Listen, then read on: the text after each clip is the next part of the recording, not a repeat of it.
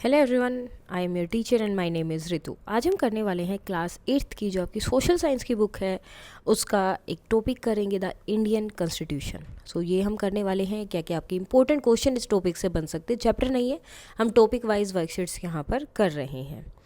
So first of all आते हैं आपके choose the correct option. What refers to a goal or principle in its most excellent or perfect way. So क्या होगा? Ideal.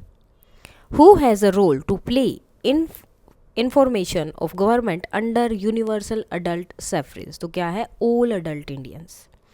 What refers to independent people in a democratic form of government. क्या है? Sovereign. If a 13 year student is working in a factory what is called. तो इसे क्या बोलेंगे? Child labour. Who was the first prime minister of free India. तो कौन थे? Pandit Jawaharlal Nehru. Now we have to match column A with column B. Panchayati Raj. तो पंचायती राज क्या है आपका? 3 टायर गवर्नमेंट सिस्टम है। फ्रेंचाइजी, फ्रेंचाइजी क्या है? Kingship, sorry, right to vote और right to vote.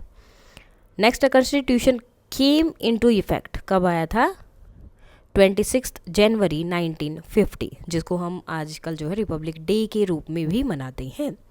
Monarchy, monarchy में क्या होता है? जब एक राजा ही सब कुछ होता है तो उसे मोनार्की बोला जाता है। Now answer the following question. What is secularism? Secularism क्या है?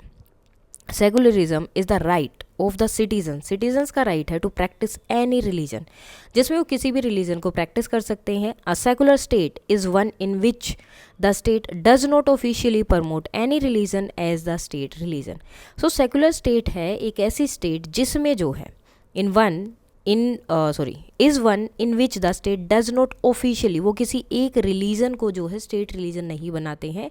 या कंट्री ले लो तो वो किसी एक धर्म को जो है प्रमोट नहीं करते हैं, सबको इक्वली ट्रीट किया जाता है। What are the 3 organs of government of India? तो 3 ऑर्गन क्या है?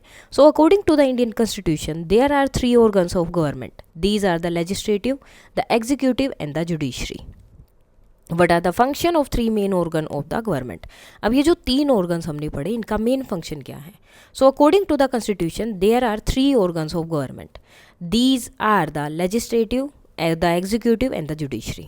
The legislative refers to our elected representative, जिसको हम वोट दे के इलेक्ट करते हैं, चुनते हैं।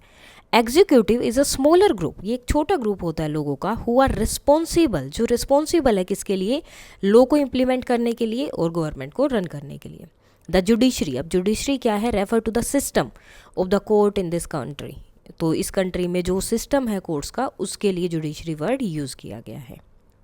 Now what do you mean by tyranny of the majority? So tyranny of the majority refers to unhealthy situation.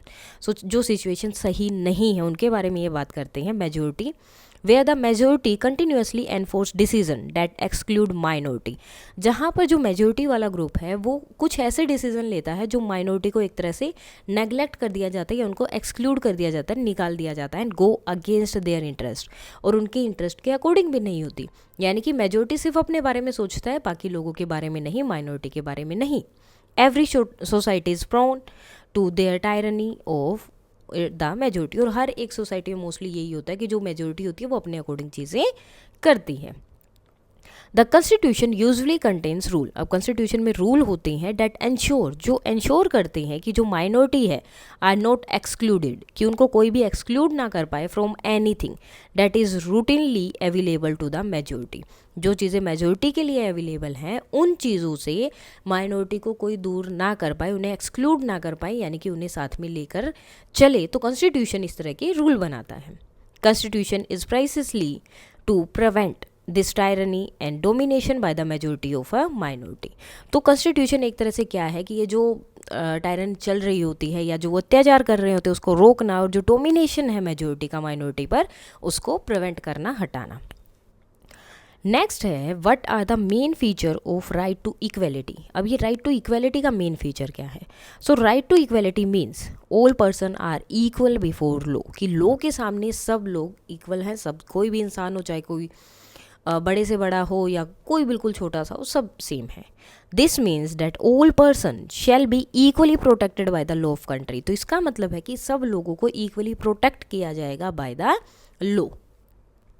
It also state, अब ये साथ में ये भी स्टेट करता है that no citizen can be discriminated against on the basis of their religion, caste और sex, और किसी के साथ भी भेदभाव नहीं किया जा सकता, चाहे वो उनके कास्ट के बेस पे होता है, रिलीजन के बेस पे, या उनका मेल फीमेल होने की वजह से, या ट्रांसजेंडर होने की वजह से। तो इन तरीक़ों से या इनकी वजह से किसी के बीच में भी कोई डिस्क्रिमिनेशन नहीं होगा।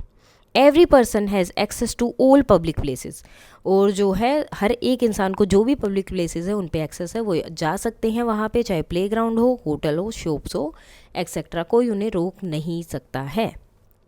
The state can not discriminate against any one in matters of employment, और किसी को भी जो है डिस्क्रिमिनेट नहीं किया जा सकता, या आप उसको ये बोल के जॉब से नहीं निकाल सकते या जॉब देने से मना नहीं कर सकते कि वो इस रिलीजन या इस कास्ट का है, या वो मेल है या फीमेल है, तो इस वजह से आप किसी को जॉब देने से नहीं हटा सकते हैं या रोक नहीं सकते हैं, यानी कि ये डिस्क्रिमिनेशन वहाँ पर भी नहीं चलता है। ये सारे जो आपके रूल है राइट टू इक्वेलिटी के।